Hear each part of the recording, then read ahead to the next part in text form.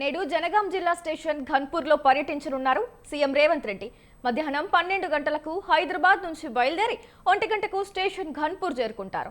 ఇందిరా మహిళా శక్తి బస్సుల ప్రారంభంతో పాటు స్వయం సహాయక సంఘాల స్టాల్స్ ను సందర్శిస్తారు. అనంతరం ప్రజా పాలన కార్యక్రమంలో భాగంగా ఏర్పాటు చేసిన బహిరంగ సభలో పాల్గొంటారు ముఖ్యమంత్రి. మొత్తంగా 800 కోట్ల రూపాయల విలువైన పలు అభివృద్ధి కార్యక్రమాలను ప్రారంభిస్తారు సీఎం రేవంత్ రెడ్డి. స్టేషన్ ఘన్పూర్ నియోజకవర్గానికి మనం అడిగిందే తడువుగా అనేక అభివృద్ధి కార్యక్రమాలకు మంజూరు ఇచ్చారు. నాకు తెలిసి ఇంత పెద్ద మొత్తంలో వేరే నియోజకవర్గానికి నిధులు రాలేదు. దాదాపు 800 కోట్ల పైచిలకు నిధులు వచ్చాయి. దానికి మీకు అంకెలతో సహా చెప్తాను. 200 కోట్ల రూపాయలు యంగ్ ఇండియా ఇంటిగ్రేటెడ్ స్కూల్కు మంజూరు వచ్చింది. 148 కోట్ల రూపాయలు Devadula main canal RS Ghanpur నుంచి Nawabpet main canal lining works మంజూరు వచ్చింది. 46 కోట్ల రూపాయలు అండర్బెడ్ హాస్పిటల్కి వచ్చింది. 26 కోట్ల రూపాయలు ఇంటిగ్రేటెడ్ ఆఫీస్ కాంప్లెక్స్కి వచ్చింది. ఏది ఏమైనా ఈ సంవత్సర కాలంలో ముఖ్యమంత్రి గారు ఈ రాష్ట్ర అభివృద్ధిని పరుగులు పెట్టించే ప్రయత్నం చేస్తున్నారు. స్టేషన్ ఘన్పూర్ నియోజకవర్గం పైన ప్రత్యేకమైన శ్రద్ధ కనపరుస్తున్నారు. కాబట్టి వారిని గౌరవించుకోవాలని, వారికి కృతజ్ఞతలు తెలియజేయాలని 50,000 మందితో దాదాపు పైనే ఉంటారు. నేను స్టేషన్ ఘన్పూర్ నియోజకవర్గ ప్రజలకు, రైతన్నలకు, మహిళలకు, యువకులకు, విద్యార్థులకు, మా కాంగ్రెస్ పార్టీ కార్యకర్తలకు, నాయకులకు మధ్యాహ్నం 12 గంటల వరకే సభాస్థలికి చేరుకొని ముఖ్యమంత్రి గారికి ఘనంగా స్వాగతం పలికి సభ నిర్వహణకు అన్ని రకాలుగా సహకరించి సభను జయప్రదం చేయాలని చెప్పి ప్రత్యేకంగా నేను కోరుతున్నాను.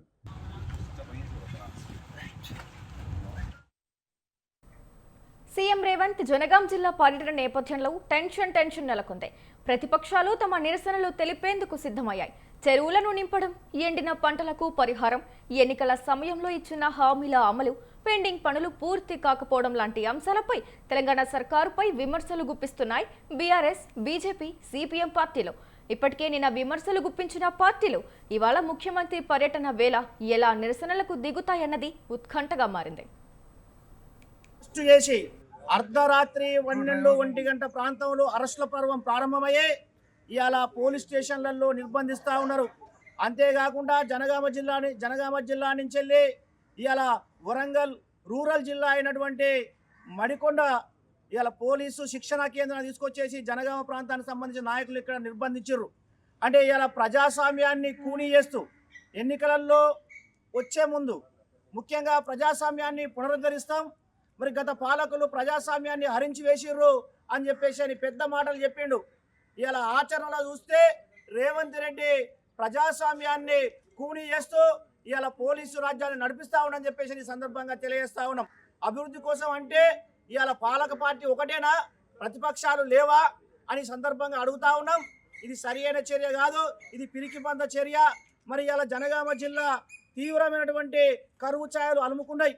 మరి ఇలా భూగర్భ జలాలు అడుగంటిపోయి రైతాంగం పండించినటువంటి పంటలు, ఆరుగాలం కష్టపడినటువంటి పంటలు ఎండిపోతా ఉన్నాయి.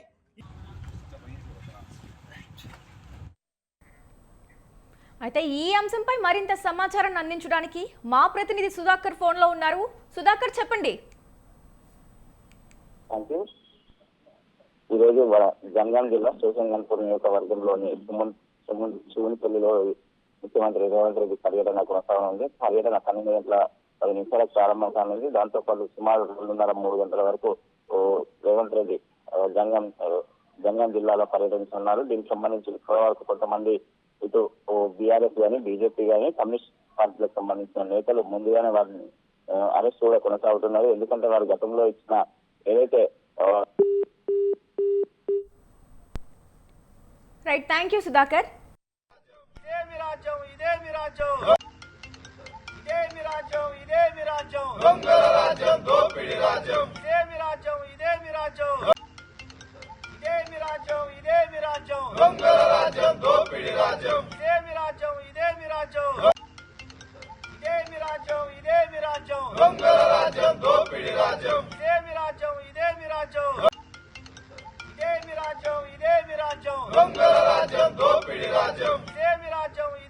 రాజ్యం ఇదేమి రాజ్యం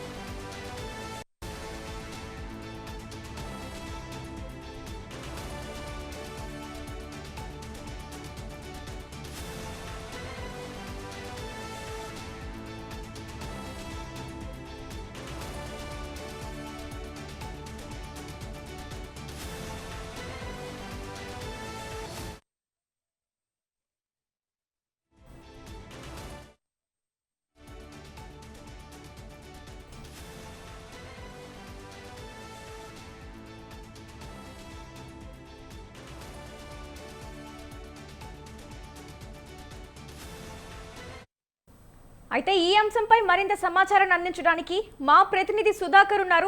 సుధాకర్, చెప్పండి. Thank you. జనగాం జిల్లా శేషంగన్పూర్ నియోజకవర్గంలో ఈ రోజు రాష్ట్ర ముఖ్యమంత్రి రేవంత్ రెడ్డి పర్యటన ఉంది. ఈ యొక్క పర్యటనలో భాగంగా చూస్తే గతంలో ఏదైతే కాంగ్రెస్ ప్రభుత్వం హామీ ఇచ్చిన హామీలు నెరవేర్చకపోవడంతో పాటు ఇటు మూడు పార్టీలకు సంబంధించిన నేతలు కూడా ఇటు బీఆర్ఎస్, బీజేపీ, దాంతో పాటు సిపిఎం పార్టీలు వ్యతిరేకత కూడా తెలియజేయడం జరుగుతుంది. ఎందుకంటే గతంలో చూస్తే ఎప్పుడైనా కూడా ఇటు గోదావరి జిల్లాలతో పాటు రిజర్వాయర్ల నుంచి మొత్తం 2 పంటలు అందించేవారు. కానీ ఇప్పుడు ఆ పంటలు కూడా ఎండిపోవడంతో పాటు ఇటు ప్రజలు కూడా, రైతులు కూడా చాలా వరకు ఇబ్బందులు ఎదుర్కొంటున్నారు. ఇప్పటికైనా కూడా వారికి నీరు అందించాలి. అదే కాకుండా గతంలో ఏదైతే హామీలు ఇచ్చారో ఆ హామీలు కూడా ఇప్పటికీ కూడా పూర్తి చేయకపోవడంతో పాటు దాంతో పాటు పెండింగ్ పనులు ఏవైతే ఉన్నాయో అవి కూడా పూర్తి పాటు ఈ యొక్క నిరసన కూడా తెలియజేస్తున్నారని చెప్పేసి ముందస్తు ఉద్దేశంగానే వీరిని ఏదైతే బీజేపీ కానీ, బీఆర్ఎస్ కానీ, సిపిఎం పార్టీకి సంబంధించిన నేతలను ముందస్తుగానే అరెస్ట్ చేయడం జరుగుతుంది. అదే క్రమంలో చూస్తే మాజీ ఉప ముఖ్యమంత్రి తాటికొండ రాజయ్యను కూడా ఉదయాన్నే హౌస్ అరెస్ట్ చేయడం జరిగింది. ఇదే కాకుండా చుట్టుపక్కల నియోజకవర్గం ప్రజలు ఏవైతే కార్యకర్తలు ఉన్నారో వారిని కూడా అరెస్ట్ చేసి వరంగల్ పీటీసీ కూడా తరలించడం జరుగుతుంది. ఇదే క్రమంలో చూస్తే మొత్తం ఈ యొక్క ఏరియాలో మొత్తం టెన్షన్ వాతావరణం కూడా నెలకొందని చెప్పుకోవచ్చు. గతంలో ఈ యొక్క ప్రభుత్వం ఇచ్చిన హామీలు వెంబడే నెరవేర్చాలని చెప్పి ఆందోళన కూడా కొనసాగించడం జరుగుతుంది. శనివారం నిన్న కూడా కొన్ని పార్టీలు కూడా ఆందోళన కొనసాగించడం జరిగింది. ఇదే కాకుండా ఎండిపోయిన పంటకు ఎకరానికి 50,000 నష్టపరిహారం కూడా ఇవ్వాలని చెప్పేసి సిపిఎం పార్టీ వారు డిమాండ్ చేయడం జరుగుతుంది. ఇదే క్రమంలో చూస్తే శేషంగన్పూర్ లోని ఎదపార్టీ పాలకుర్తి మండలంలోని ఎన్నో రిజర్వాయర్ పనులు కూడా పూర్తిగా నిర్వహించారు, పూర్తి స్థాయిలో నెరవేర్చాలని చెప్పడం జరుగుతుంది. జనగాంలోని పాలిటెక్నిక్ కాలేజ్ కూడా ఏర్పాటు వంటి డిమాండ్ కూడా బీజేపీ లేవనెత్తుంది. ఇదే కాకుండా 3 పార్టీలకు సంబంధించిన నేపథ్యంలో ఎవరైనా అడ్డుకుంటానే ముందస్తు ఉద్దేశంగానే అందరినీ కూడా ముందస్తుగా అరెస్ట్ చేయడం జరుగుతుంది. ఎందుకంటే వరంగల్ ఉమ్మడి జిల్లా వ్యాప్తంగా చూస్తే ఉద్యమాలకు తృప్తి గడ్డగా నిలిచిన గడ్డ, ఈ యొక్క గడ్డలో ఏదైనా నెరవేర్చాలని చెప్పడం జరుగుతుంది. ఇదే తప్పకుండా చూస్తే ఎవరినైనా కూడా ముందస్తుగానే ఇటు అరెస్ట్ చేసి వారిని సుదూర ప్రాంతాలకు కూడా తరలించడం జరుగుతుంది. ఎందుకంటే సీఎం పర్యటన అయిపోయేంత వరకు కూడా వారందరూ పోలీసు నిర్బంధంలో ఉంటారు. లేదంటే హౌస్ అరెస్ట్ చేసి వారిని హౌస్ అరెస్ట్ లో కూడా కొనసాగించే అవకాశం కూడా ఉందని చెప్తున్నారు. ఎందుకంటే ఈ రోజు రాష్ట్ర ముఖ్యమంత్రి శేషంగన్పూర్ నియోజకవర్గంలో సుమారు 800 కోట్ల రూపాయల మేరకు అభివృద్ధి కార్యక్రమాలను కూడా ప్రారంభించున్నారు. మరికొన్ని శంకుస్థాపన కూడా చేయనున్నారు. ఇదే కాకుండా మహిళా శక్తి, అదే కాకుండా ఆర్టీసీ బస్సులో మహిళలకు సంబంధించిన లోన్లు ఇవన్నీ కూడా చేసే అవకాశం ఉందని చెప్పేసి ఇవన్నీ కూడా విషయాలుగా ఏదైతే సభ ప్రాంగణం ఉందో సభ ప్రాంగణం నుంచి కూడా ప్రారంభిస్తారు. ఈ రోజు 12:10 హైదరాబాద్ నుంచి బయలుదేరి నేరుగా శివంపల్లికి రావడం జరుగుతుంది. అక్కడ హెలికాప్టర్ లో వచ్చిన తర్వాత ఏదైతే భారీ బహిరంగ సభ నిర్వహించున్నారో సుమారు 50,000 నుంచి 70,000 వరకు కూడా కార్యకర్తలను కూడా తరలించాలని చెప్పేసి ఇటు కాంగ్రెస్ కూడా పిలుపునివ్వడం జరిగింది. దీంతో పాటు చూస్తే నియోజకవర్గమే కాకుండా జిల్లా వ్యాప్తంగా ఉన్న ప్రతి ఒక్క నియోజకవర్గం నుంచి కూడా పెద్ద ఎత్తున కార్యకర్తలు తరలించాలని చెప్పేసి ఇటు కాంగ్రెస్ శ్రేణులు కూడా పిలుపునివ్వడం జరిగింది. దీనిలో భాగంగా చూస్తే ఈ రోజు ఏవైతే అభివృద్ధి కార్యక్రమాలు ఉన్నాయో అభివృద్ధి కార్యక్రమాలతో పాటు మరికొన్ని శంకుస్థాపనలు కూడా చేయడం జరుగుతుంది. ఇది చేసిన తర్వాత ప్రజలను ఉద్దేశించి భారీ బహిరంగ సభలో సీఎం రేవంత్ రెడ్డి మాట్లాడే అవకాశం కూడా ఉంది. సీఎం మాట్లాడే ఆసక్తికరమైన స్పీచ్ ఇండానికి కూడా పెద్ద ఎత్తున కూడా భారీ సంఖ్యలో కూడా కార్యకర్తలు తరలిన్నారు. ఈ రోజు వరంగల్ ఉమ్మడి జిల్లాకు ఎలాంటి వరాలు ఇస్తారని చెప్పేసి కూడా ఇక్కడ కార్యకర్తలు కానీ ఇటు కాంగ్రెస్ శ్రేణులు కూడా ఎదురు చూడడం జరుగుతుంది. ఈ యొక్క కార్యక్రమంలో మొత్తం ఉమ్మడి వరంగల్ జిల్లా నుంచి ఉన్న 11 మంది ఎమ్మెల్యేలు వారితో పాటు మంత్రులు కూడా పాల్గొనే అవకాశం కూడా ఉందని చెప్పి చెప్తున్నారు. సుధాకర్.